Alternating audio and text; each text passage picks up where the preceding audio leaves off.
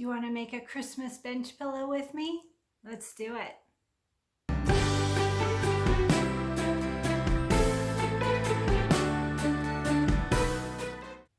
Hi fans of Wish Upon a Quilt. Lori told me that some of you have purchased the Merry Christmas bench pillow and not made it yet. So she asked if I would do a group project, and I brought over some extra friends and we're gonna do it together and it will be so fun. So if you haven't already, you need to get the CD for the Merry Christmas bench pillow by Lori Kent Designs through Wish Upon a Quilt, and I'll add a link in the description below this video. And then it comes with the fabric kit, and look at how cute these are. It comes with the glitter fabrics or glitter vinyl and all the fabrics that we're going to need, so that will be really fun. And I also got the thread kit. I'll add a link to that as well. So if you're ready, let's go ahead and make a bench pillow.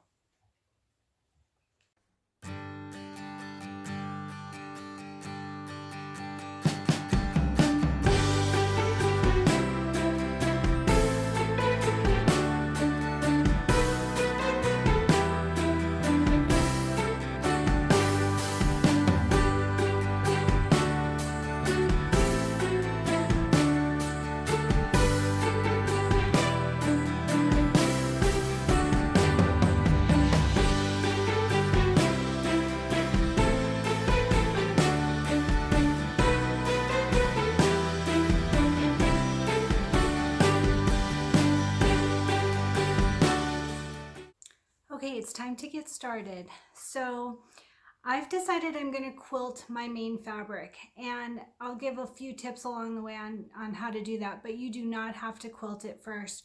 You can leave it unquilted, or you can take it to a long arm quilter after it's all done, whatever works for you. So here's the thing, is I cut my main fabric to about 9 inches wide by long, all right? Our main fabric is supposed to be 8.5 by 28.5, but I decided to just leave it long for now in case it pulls a little bit with the quilting. So it's not necessary to cut it until we're done. So the other thing that I did is, see the crease down the center? I ironed a crease down the center so that when I'm hooping, I can make sure that it's straight. That's a really easy way to make sure that it's straight. So I told you about the cutting. So one thing that I did, so first off, make sure to put fusible stabilizer of some sort, SF101 or fusible mesh stabilizer or whatever works for you. But you want a fusible stabilizer on the back of your main fabric. It really helps to not pucker. You're also, if you quilt it, you'll also have batting. So the batting I cut to exactly what I needed, 8.5 by 28.5. And the reason that I did that is so that if there is runoff, because there will be, then it will not have batting in my seams. So the extra quilting will go off the edge here, but it won't matter because I'm going to cut after to the size that I need, and the batting won't be in there. And by the way, I'm sorry, I said this wrong. I said 8.5 by 28.5, but I cut it to 8 by 28. So that's what gives me my 1/4 inch seam allowance all the way around and no batting in my seams. So 8 by 28, sorry for the mistake. All right, so get your batting. I use Warm and Natural. Whatever batting you have will work just fine. Fusible stabilizer on the back of the main fabric, and a center crease down the middle to help with placement. All right, let's get started. All right, I have hoop tearaway. You could use mesh cutaway or tearaway. Either one works totally fine. But I have that hooped, and then I'm going to float my main fabric on top. So to float my fabric, I want to make sure and get it placed right, and that's why we did that center guide. But the other thing that we're going to do is we're going to use these buttons here, and I'm going to start it all the way to the left. And that shows me where the first stitch is going to be, right down here. And so I will place my fabric. I'll do it, get the off camera first. But anyway, I'm going to place my fabric so that it starts right here. Hold on. Okay, once I have my fabric placed centered, I'm going to use the buttons on the machine. I'll try and zoom in after, but I need both hands here. So I'm going to use the right button to see that it's going to go all across that center line, and that tells me that my fabric is straight. Okay, so you can see that I have it all the way to the left right now, and this little green arrow crosshair shows you where it's going to start stitching and where that center point is. So that means that I want to have at least a 1/4 inch seam allowance. I've got my batting under there, and I've got it centered along this center crease here. So then when I press this button, I can see that it runs all along this center line. So once I know that it's straight, then I'm going to pin, pin, pin, and get it all tacked down very well with my pins.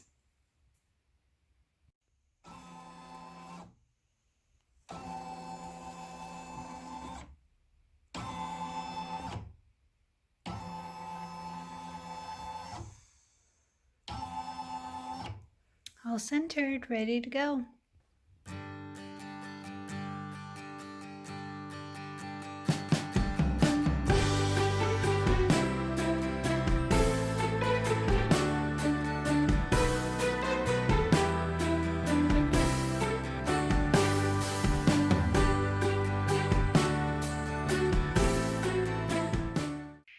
Okay, once you have your first hooping of quilting done, then it's time to line it up for the second one. It doesn't have to be exact because we're using a continuous line design that doesn't attach to each other, but that depends on what you use, of course. So anyway, we're going to go back to these buttons, and from the center, we're going to go all the way to the left, which will be the right of our previous design. So from the right of our previous design, we're going to start to the left of the second design.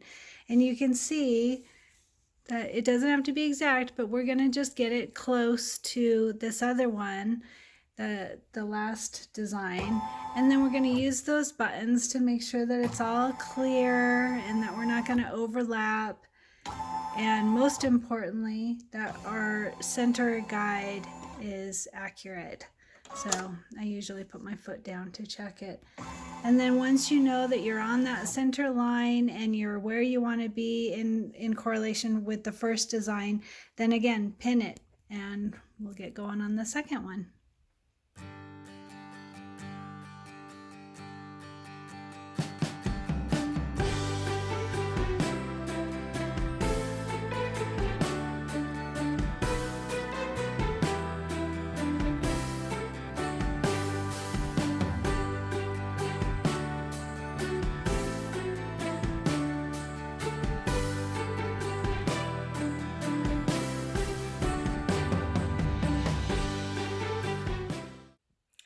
Okay, I'm on the last hooping. So I've done 3 full hoopings, and now I'm on the last one that really I only need about 3.5 inches of the design, but I'm gonna go ahead and do all 8 inches of it because this is a square design and it only comes in squares.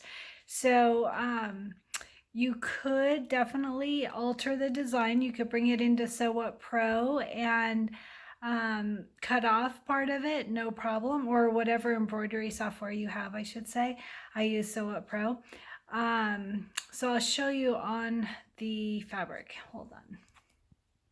So when you get to the last hooping, you can feel where your batting ends if you cut your batting exactly right. So my batting ends here, so that's really all the quilting that I need. But I'm going to go ahead and just do the whole thing because I'm going to cut it off anyway. It doesn't really matter. The other option is if you were to do a Kimberbell quilt design, they have lots of sizes, even in like 2 by 8, and that would be the easiest thing. But I chose this design for this one, and so I'm going to go ahead and just let it run off. Again, you could bring it into embroidery software and cut the design off, whatever's going to work.